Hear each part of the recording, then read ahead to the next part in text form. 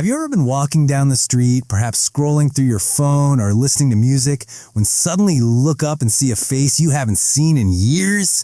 It's that moment of pure surprise. Your heart skips a beat. You want to say something, but you don't want to sound awkward or stiff. You want to sound warm, natural, and genuinely happy to reconnect. But do you have the right vocabulary to turn that chance meeting into a real connection? Today, we aren't just learning words, we are mastering the art of the casual reunion. By the end of this video, you will know exactly how to handle these spontaneous moments with total confidence. Introduction. Hello and welcome. Today, we are going to dive deep into the mechanics of a real, natural English conversation. We are going to analyze a scenario where two old friends, let's call them John and Leah, bumped into each other after a very long time. This isn't just about grammar, this is about colloquial English. That means the casual, relaxed language that native speakers use without even thinking about it. If you want your speaking skills to go from textbook to natural, this is exactly where you need to be. We are going to break down 10 essential expressions that will transform how you speak. The breakdown. Phrase 1. In ages.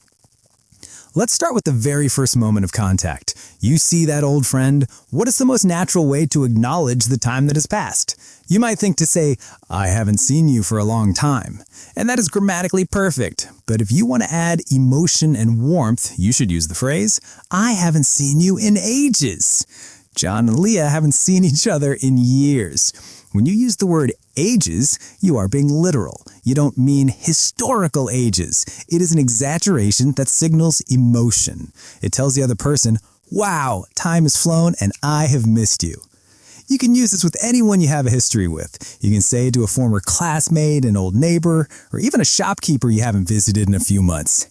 Hey, I haven't seen you in ages. It instantly opens a door to a friendly conversation because it shows you cared that they were gone. The breakdown. Phrase 2. Run into. Now, how do we describe this unexpected meeting? Leah mentions that she didn't expect to see John. The phrase we use here is run into someone. Leah says, I didn't expect to run into anyone I knew today. This is crucial. Running into someone does not mean you physically collided with them. You didn't crash into them. It simply means you met them by chance. It was unplanned. If you plan to have coffee with a friend, you are meeting them. If you see them at the supermarket by accident, you are running into them. It's such a useful storytelling device. You can use it at work on a Monday morning.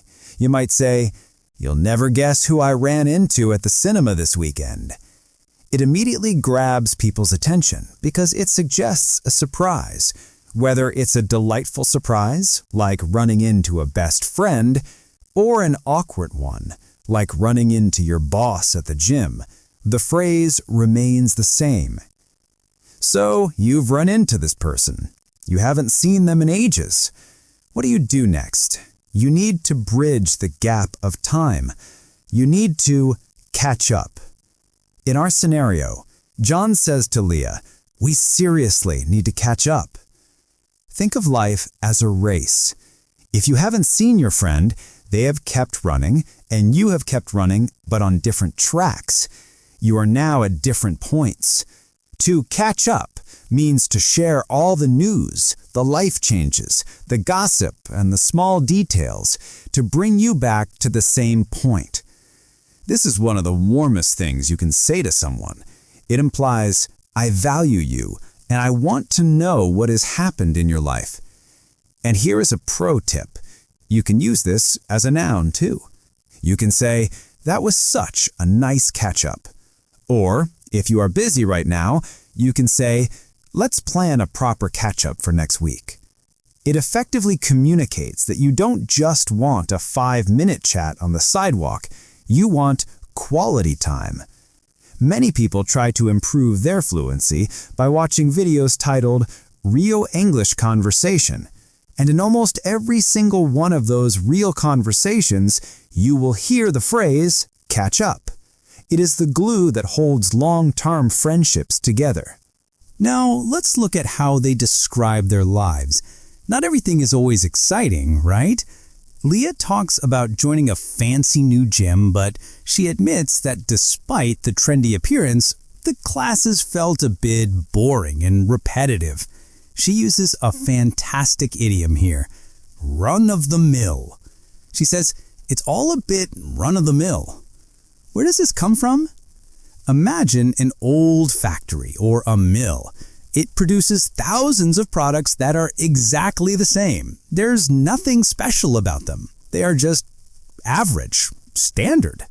If you go to a restaurant and the food is okay, but not amazing, you can say, it was a bit run-of-the-mill.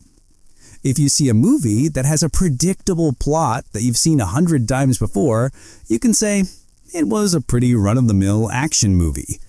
It's not necessarily an insult, but it's an honest way to say that something lacked excitement or uniqueness.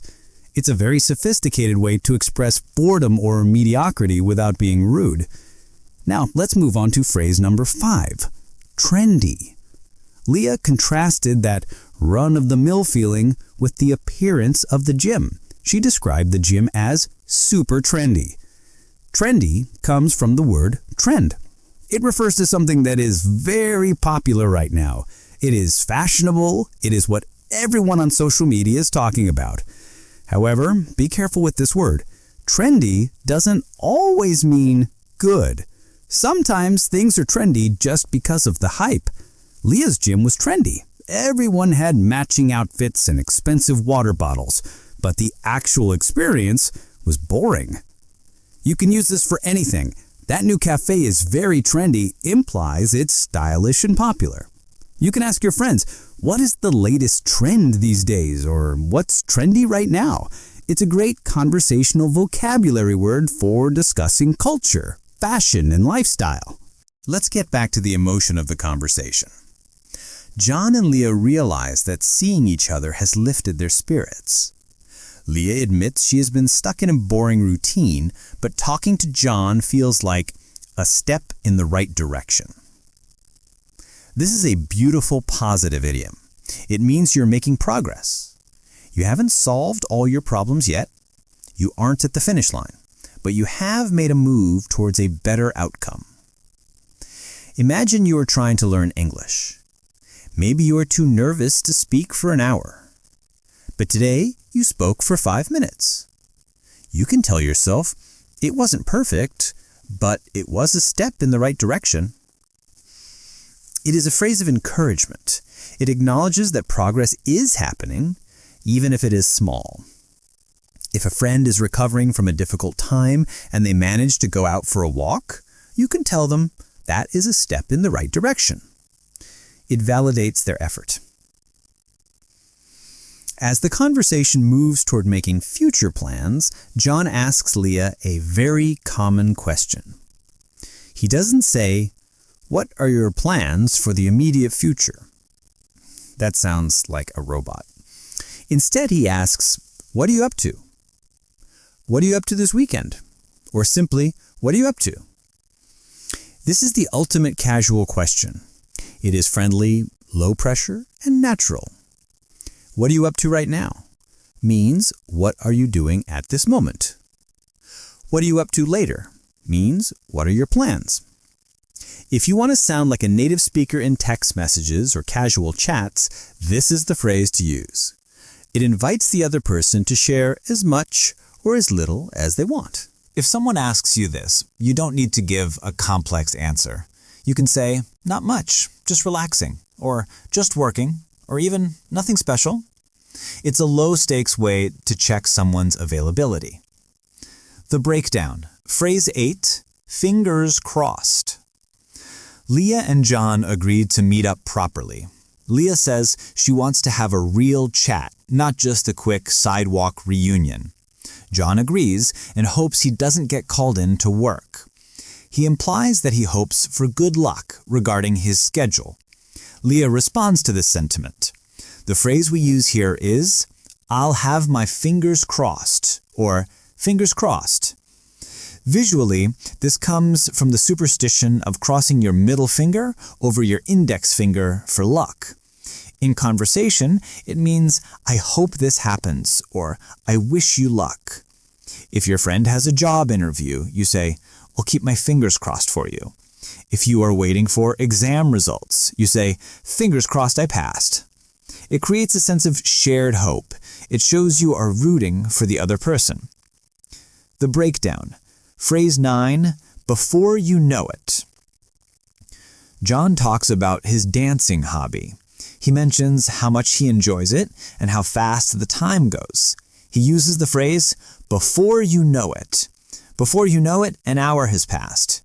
We use this to describe when time passes surprisingly quickly, usually because we are having fun or we are very busy. It captures that feeling of losing track of time. You can use this to talk about the future, too. For example, summer will be here before you know it.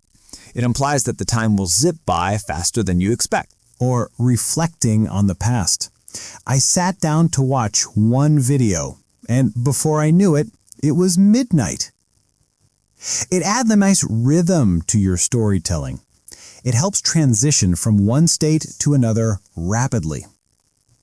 The breakdown phrase 10. For the time being.